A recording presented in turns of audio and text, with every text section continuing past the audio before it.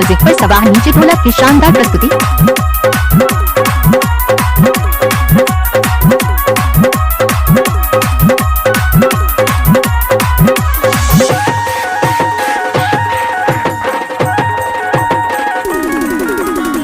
पा जाबे काओ अमीन के डीजे में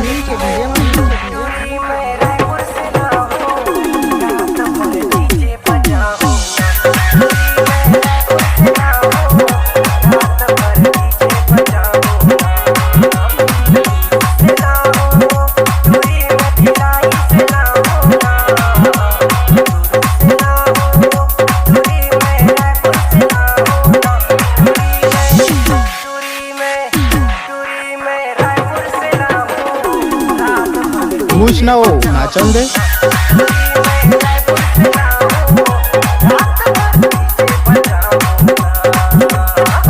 डीजे नवल सिंह नीचे टोला वाले का मिक्स।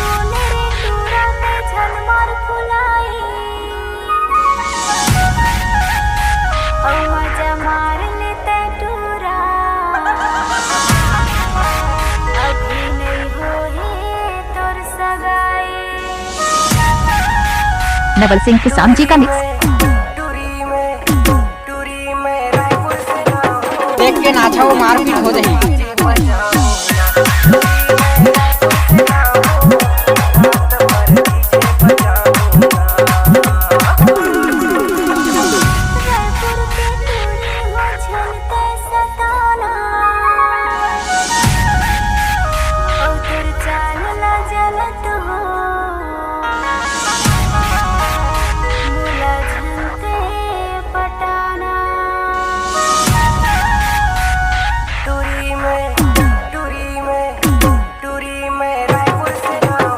देख देख आमिन डीजे बजा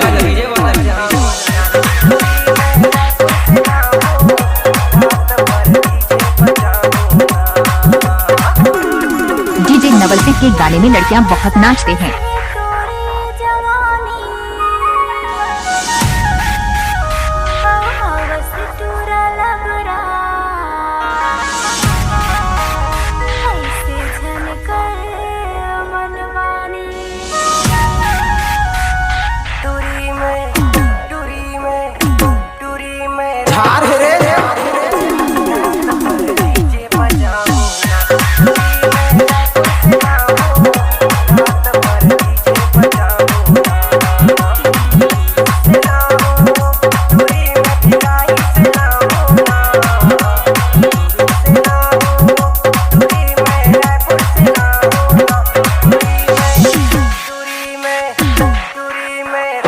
ऐसा गाना तो डीजे नवल सिंह को सामने मिक्स करता है और यह नवल सिंह का बाएं हाथ का खेल है।